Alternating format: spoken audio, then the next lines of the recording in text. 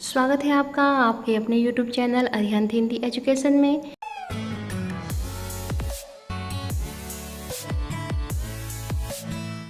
यदि आप मेरे चैनल पर नए हैं तो प्लीज़ मेरे चैनल को सब्सक्राइब करें, लाइक करें, शेयर करें और कमेंट्स भी करें। तो चलिए बढ़ते हैं आज के विषय की ओर। आप लोग कक्षा 12 साहित्यिक हिंदी के अंतर्गत दूसरा अध्याय उद्धव शतक का हिंदी व्याख्या देख रहे हैं। यह पार्ट थोड़ा लंबा है, इसकी वजह से इसकी वीडियो 2 भागों में आ रही है। तो ये दूसरे भाग की वीडियो है। इसके पहले भाग की वीडियो का लिंक इसी के डिस्क्रिप्शन में दिया हुआ है, आप चाहे तो उसे भी देख सकते हैं। तो चलिए आज दूसरा और अंतिम भाग का व्याख्या देखते हैं।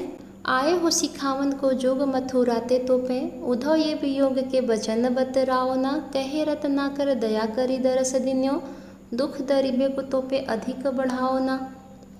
टूक टूक होय है मन मुकुर हमारो हार, चुकी हूँ कठोर बैन पाहन चलाओ ना। एक मनोमोहन तो बसी के उजारियों मोहि ही में अनेक मन मोहन बसाओ ना। इसका संदर्भ होगा प्रस्तुत पंक्तियाँ हमारी पाठ्य पुस्तक हिंदी काव्यांजलि के उद्धव शतक नामक शीर्षक पाठ से लिया गया है, जिसके रचयिता जगन्नाथ दास रत्नाकर जी हैं। इसमें गोपियाँ योग की शिक्षा देने उद्धव के सामने अपनी भावनाओं को प्रकट कर रही हैं।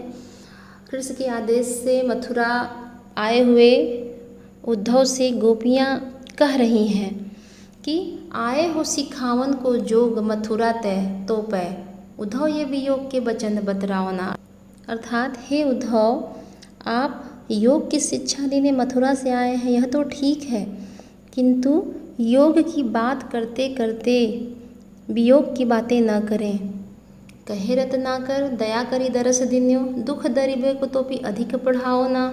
अर्थात रत्नाकर कवि कह रहे हैं, कृष्ण के वियोग से दुखी गोपियों को भले ही उद्धव ने उनके दुख दूर करने के लिए उन्हें दर्शन दिए हैं, पर कृष्ण के न आने का संदेश लाकर उन्होंने गोपियों के दुख को और अधिक बढ़ा दिया है।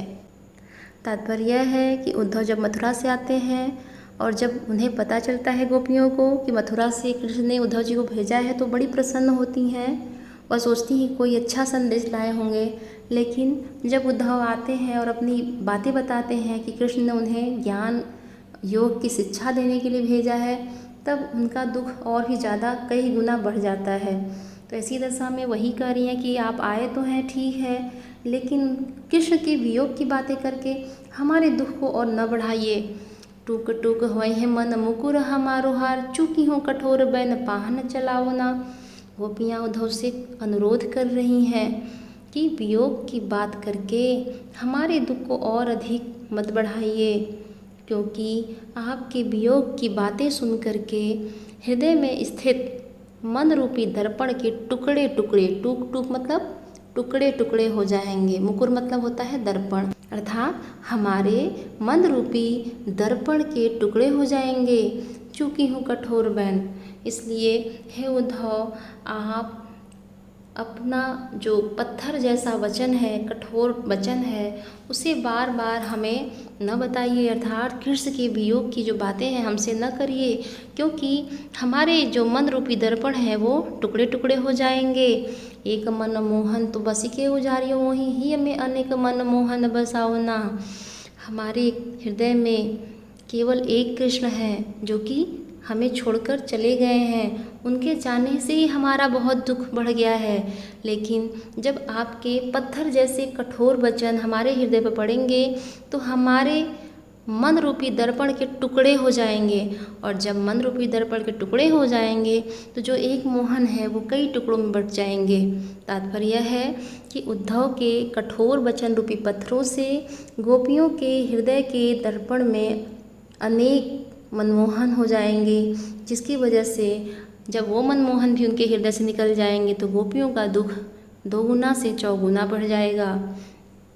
प्रस्तुत पद में कवि ने स्त्रियों के मनोविज्ञान का चित्रण किया है। रस श्रृंगार है, भाषा ब्रज है, शैली मुक्तक, छंद मनहरण सवैया, अलंकार अनुप्रास, वक्रोक्ति और रूपक है।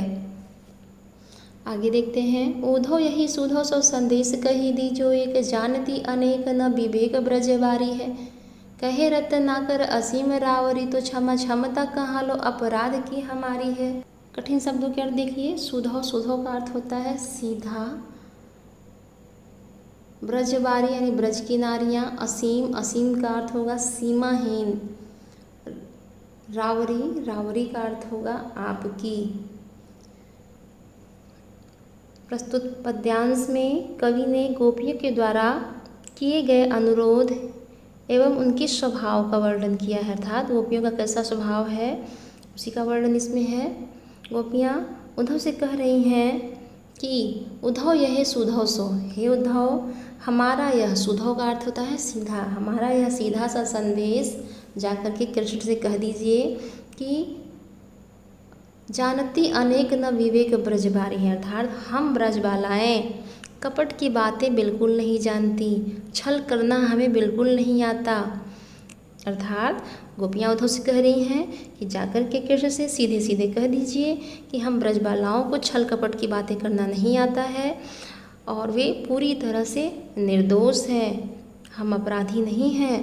कहे रत्नाकर असीम रावरी तो क्षमा क्षमता कहाँ लो, अपराध की हमारी है।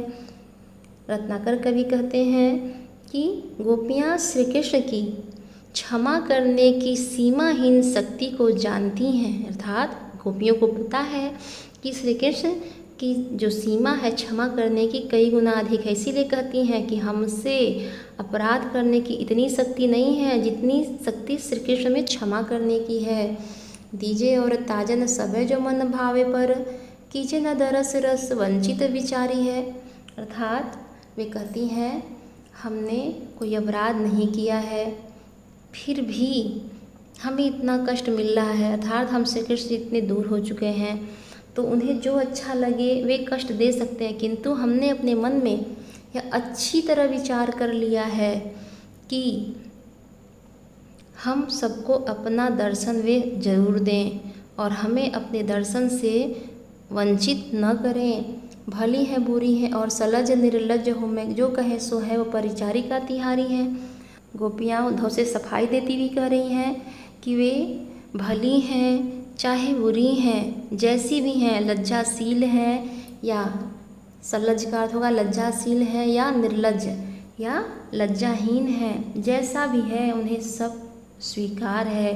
किंतु यही सच है कि हम लोग जैसे भी हैं उनकी परिचारिका का अर्थ होगा सेविका, यानी उनकी हम सेविका हैं।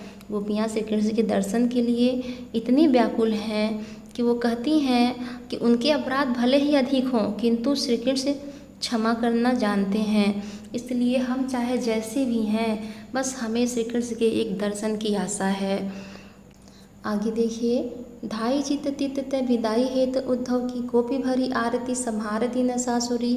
कहे रत्नाकर मयूर पक्ष को लिए, को गुंज अंजलि उमाहे प्रेम आसुरी। भाव भरी को लिए रुचिर सजाव दही, को मही मंजुदा विदल कति पासुरी। पीतपट नंद जसुमति नवनीत नयो, कीर्ति कुमारी सुरबाई दरी भासुरी। प्रस्तुत पद में कवि ने उद्धव के मथुरा लौटने का बड़ा ही सुंदर वर्णन किया है और जब वे मथुरा लौट रहे हैं तो उन्हें नंद, यशोदा और गोपियों ने कृष्ण के लिए अनेक तरह के उपहार दिए। तो जो उपहार दिए उसी का वर्णन इन पंक्तियों में किया गया है। कवि कह रहे हैं जब उद्धव ब्रज से जाने लगते हैं और जब उनके जाने का समय आता है तो गोपियाँ बड़ी ही व्याकुल हो जाती हैं और व्याकुल होकर के वे धाई चित तित तय विदाई हेतु उद्धव के अर्थात वे इधर उधर दौड़ने लगती हैं, वे उद्धव को विदाई देना चाहती हैं। गोपी भरी आरती संहारती न सासुरी, वे इतना दुखी हैं कि दुख के चलते वे ढंग से सासुरी अर्थात सांस भी नहीं ले पा रही हैं। तात्पर्य यह है कि जब उद्धव मथुरा वापस लौटने लगते हैं तो ब्रजबालाएँ, नंद, यशोदा सभी लोग मिल कर के कृष्ण के लिए उपहार भेजना चाहते हैं और इधर उधर दौड़ते हुए इतना कष्ट झेलते हैं कि इस दौरान वे ठीक ढंग से सांस भी नहीं ले पा रही थीं। कहे रत्नाकर मयूर पक्ष को लिए, को गुंज अंजलि उमाहे प्रेम आसुरी। रत्नाकर कवि कहते हैं कृष्ण को उपहार के रूप में गोपियाँ अपनी श्रद्धा के अनुसार कुछ न कुछ देना चाहती हैं। तो कोई मोर के पंख लेकर आई, तो कोई गुंज अंगुली, तो कोई हाथों में घुंघची, गुंज का अर्थ होगा घुंघची यानी गुंजन फूल की माला लेकर आई। भाव भरी कौली रुचिर सजाओ दही, तो कोई प्रेम भाव से भरी हुई स्वादिष्ट मलाई युक्त दही लेकर आई। कोऊ मही मंजुदाबी दल कति पासुरी, तो कोई अपनी फटती हुई पसलियों को दबाते हुए मट्ठा लेकर आई। सभी गोपियाँ कुछ न कुछ उपहार में लाकर उद्धव को दे रही थीं और वे श्री कृष्ण के प्रति अपने प्रेम को प्रकट कर रही थीं। पीतपट नंद जसुमती नवनीत नयो कीर्ति कुमारी सूरबाई दरी बांसुरी, अर्थात नंद बाबा ने उनके लिए पीताम्बर अर्थात पीला वस्त्र, यशोदा ने ताज़ा मक्खन, नवनीत का अर्थ होगा मक्खन, नयो मतलब ताज़ा यानी यशोदा ने ताज़ा मक्खन दिया। तो वहीं कीर्ति कुमारी अर्थात राधा ने सुरीले स्वर वाली बांसुरी लाकर दी। ब्रजवासियों को कृष्ण से बड़ा ही अथाह प्रेम था। वे उनके दर्शन के लिए एवं उनके साथ रहने के लिए व्याकुल थे। वे अपने से दूर रहने वाले प्रियतम श्री कृष्ण के लिए सब कुछ न्यौछावर करने के लिए तत्पर थे। तो इसका काव्यगत सौंदर्य देख लीजिए। प्रस्तुत पद में कवि ने कृष्ण के प्रेम में विह्वल एवं उद्धव की विदाई से दुखी ब्रजवासियों की दशा का चित्रण है। रस वियोग श्रृंगार है, भाषा ब्रज है, शैली मुक्तक है, छंद मन हरण सवैया है, अलंकार अनुप्रास है और शब्द शक्ति माधुर्य है। आगे देखते हैं। प्रेम मद छाके पग परत कहाँ के कहाँ, थाके नैन नैननी शिथिलता सुहाई है, कहे रत्नाकर यो आवत चकात उद्धव मानो सुधियात को भावना भुलाई है। प्रस्तुत पंक्तियों में ब्रजवासियों के प्रेम के कारण उद्धव जी बड़े ही भाव विह्वल हो जाते हैं। अर्थात जब उद्धव ब्रज से मथुरा के लिए चलने लगे तो ब्रजवासियों ने उन्हें बड़ी ही भावपूर्ण विदाई दी थी। ब्रजवासियों के इस प्रेम का पान करने के बाद जब उद्धव चलने लगे तो प्रेम मद छाके पग परत कहाँ के कहाँ, अर्थात उनके पैर कहीं के कहीं पड़ने लगे और उनके शरीर थाके अंग नैननी और उनके शरीर के सभी अंग थके थके से लगने लगे और उनकी आँखों में शिथिलता अर्थात कमजोरी आ गई। ऐसा लग रहा था कि उन्हें कोई ज़बरदस्ती ले जा रहा है, वो चलना नहीं चाह रहे हैं और उनकी आँखों में ऐसा लग रहा था कमजोरी सी आ गई है। उद्धव ऐसे चल रहे थे। कहे रत्नाकर यो आवत चकात उद्धव, अर्थात रत्नाकर कवि कह रहे हैं कि उद्धव ऐसे चल रहे थे मानो सुधियात को, सुधियात मतलब कोई भूली हुई बात को याद कर रहे हैं। ऐसा प्रतीत हो रहा था, ऐसा लग रहा था जैसे वह कोई बात भूल गए थे और उसे बार बार याद करने का प्रयास कर रहे हैं। गए तो थे वो योग ज्ञान का शिक्षा देने, लेकिन वो खुद ही प्रेम और भक्ति की शिक्षा लेके आते हैं और जब वो आते हैं तो उनसे न चला जाता है न ही उन्हें दिखाई देता है और उनके अंग अंग शिथिल से हो रहे थे। धारत धरा पे न उदार अति आतर सौ, सारत बहोलिनी जो आंसू अधिकाई है। सारत का अर्थ होगा पोंछते हैं, बहोलिनी मतलब बाहों में, आंसू मतलब जो आंसू अधिकाई मतलब आँखों में जो अधिक आंसू आ गए हैं उसे वो अपनी बाहों से पोंछ रहे हैं। साथ ही साथ उद्धव के अंदर प्रेम की इतनी अधिकता हो गई थी कि वे अपने आँखों से प्रवाहित हो रहे आंसुओं को अपने कुर्ते की बाहों से पोंछ रहे थे। एक कर राजे नवनीत जसोदा को दियो, एक कर बंसी वर राधिका पठाई है। और उनके हाथ में यशोदा जी द्वारा दिया हुआ मक्खन था, नवनीत का अर्थ होता है मक्खन, और उनके दूसरे हाथ में राधिका द्वारा भेजी गई बांसुरी थी। और उन वस्तुओं के प्रति उद्धव के मन में इतना सम्मान था कि वो उसे धारत धरा पे ना, अर्थात वो उसे ज़मीन पर नहीं रखते हैं। इतना वो सम्मान करते हैं उन वस्तुओं का कि वे उसे हाथ में ही लिए रहते हैं और जब उनकी आँखों से प्रेम रूपी आंसू बहने लगते हैं तो वे अपने कुर्ते की बाह से ही पोंछने लगते हैं, अर्थात वो ज़मीन पर नहीं रखना चाहते, वो कुर्ते की बाह से ही पोंछ लेते हैं। तो ये उनका जो प्रेम था वो गोपियों की दशा को देखकर ही जागृत हुआ। इसका काव्यगत सौंदर्य होगा, ब्रजवासियों की प्रेम पूर्वक विदाई से उद्धव जी भाव विह्वल हो गए और उनकी इसी मार्मिक अवस्था का वर्णन किया गया है इसमें। रस शांत है, भाषा ब्रज शैली मुक्तक, छंद मनहरण सवैया, अलंकार रूपक, अनुप्रास एवं उत्प्रेक्षा है। आगे देखते हैं, ब्रज रज रंजित शरीर शुभ उद्धव को, धाई बलबीर हवे अधीर लपेटाई लेत। अर्थात ब्रज रज रंजित का अर्थ होगा, रज का मतलब होता है धूल, रंजित मतलब सने हुए, ब्रज की धूल में सने हुए, शुभ अर्थात पवित्र, धाई का अर्थ होगा दौड़कर। प्रस्तुत पंक्तियों में कवि ने गोपियों की भक्ति भावना से भाव विह्वल होकर मथुरा लौट आए उद्धव की दशा का वर्णन किया है और उद्धव की जो दशा है उसको देखकर श्री कृष्ण भी भाव विह्वल हो जाते हैं, तो उसी का वर्णन है।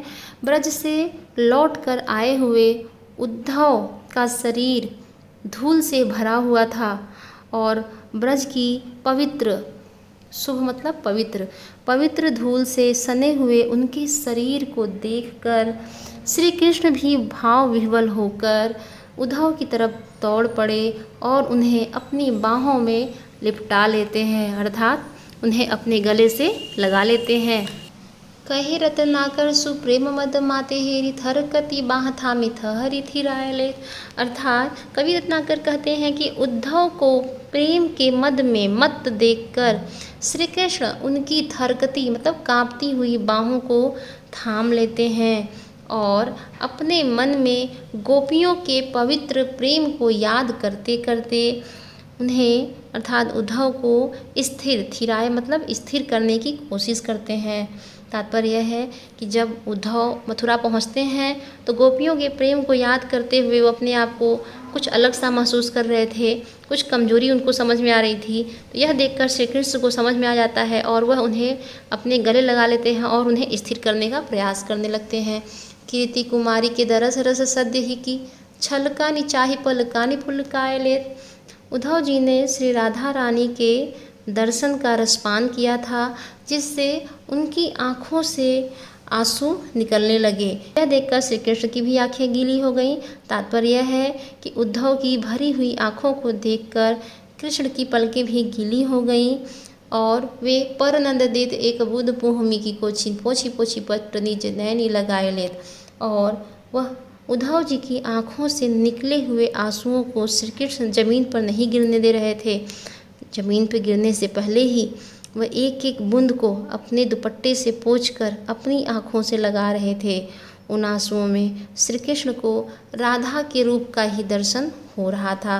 तात्पर्य है श्री कृष्ण उनकी इस व्यथा को जान लेते हैं और जब उद्धव रोने का प्रयास करते हैं, वहाँ के प्रेम की व्याख्या को अपने आंसू के माध्यम से करना चाहते हैं, तो श्री कृष्ण समझ जाते हैं कि इन आँखों ने राधा रानी के नए नए रूप का दर्शन किया है और उस पवित्र रूप के दर्शन के लिए श्री कृष्ण उन आंसुओं को ज़मीन पर गिरने नहीं देते, बल्कि उसे अपने दुपट्टे से पोंछकर अपने आँखों से लगा लेते हैं। तो यहाँ रस शांत है, भाषा ब्रज है, शैली मुक्तक, छंद मनहरण सवैया, अलंकार, अनुप्रास और पुनरुक्ति प्रकाश। आगे देखिए, छावते कुटीर कहूँ रम्य जमुना के तीर, गौन रौन रेति सौ कदापि करते नहीं। कहे रत्नाकर विहाई प्रेम गाथा गोह, श्रवण रसना में रस और भरते नहीं। गोपी ग्वाल बालनी के उमड़त आंसू देखी, लेखी प्रलयागम हुनय को डरते नहीं। हो तो चित्त चाव जो न राव रे चितावन को, तजी ब्रज गाव इते पाँव धरते नहीं। इसके कठिन शब्दों का अर्थ देख लीजिए। छावते, छावते का अर्थ होगा बनाना, कुटीर, कुटीर का अर्थ होगा कुटिया या झोपड़ी, रम्य, रम्य का अर्थ होगा सुंदर, गौन, गौन का मतलब प्रस्थान करना या जाना, बिहाई, बिहाई का अर्थ होगा विस्मृत करके या भूल करके, श्रवण, श्रवण का अर्थ होगा श्रवण या कान, रसना, रसना का अर्थ होगा जीभ, लेखी, लेखी का अर्थ होगा देखकर, प्रलयागम, प्रलयागम का अर्थ होगा प्रलय का आगमन, चाब, चाब का अर्थ होगा इच्छा या अभिलाषा, रावरे, रावरे का अर्थ होगा आपके। प्रस्तुत पद्यांश में कवि ने उद्धव के ऊपर गोपियों एवं ब्रजवासियों के प्रभाव का वर्णन किया है। ब्रज से लौटकर आए हुए उद्धव गोपियों एवं ब्रजवासियों के प्रेम से प्रभावित हो गए होते हैं और वे श्री कृष्ण से कहते हैं, छावते कुटीर कहूँ रम्य जमुना के तीर। उद्धव जी कह रहे हैं श्री कृष्ण से कि वे यमुना नदी के किनारे पर ही कहीं अपनी कुटिया बना लेते और उस सुंदर किनारे को छोड़कर कदापि कभी जाते नहीं। कहे रत्नाकर बिहाई प्रेम गाथा घोड़ श्रवण रस नामे रस और भरते नहीं।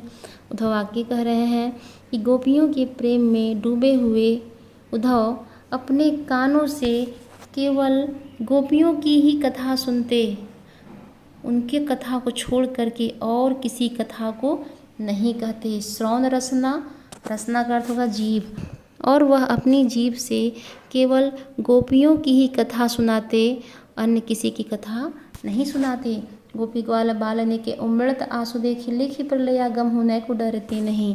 उद्धव जी श्री कृष्ण से कह रहे हैं कि गोपियों की आंखों से निकलते हुए आंसुओं को देखकर अब वे प्रलय के आने से भी नहीं डरते। तात्पर्य यह है कि गोपियों के आंसू प्रलय से भी ज़्यादा भयंकर थे।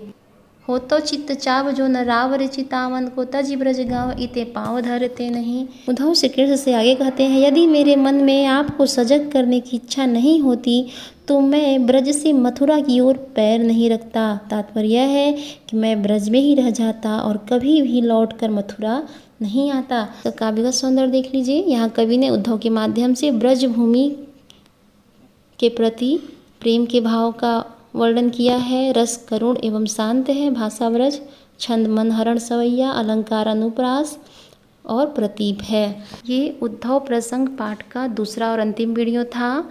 इसी के डिस्क्रिप्शन में पहले पार्ट की वीडियो भी है और गंगा अवतरण पाठ की भी वीडियो है, तो उसे आप अवश्य देख लें। आज के लिए इतना ही, धन्यवाद।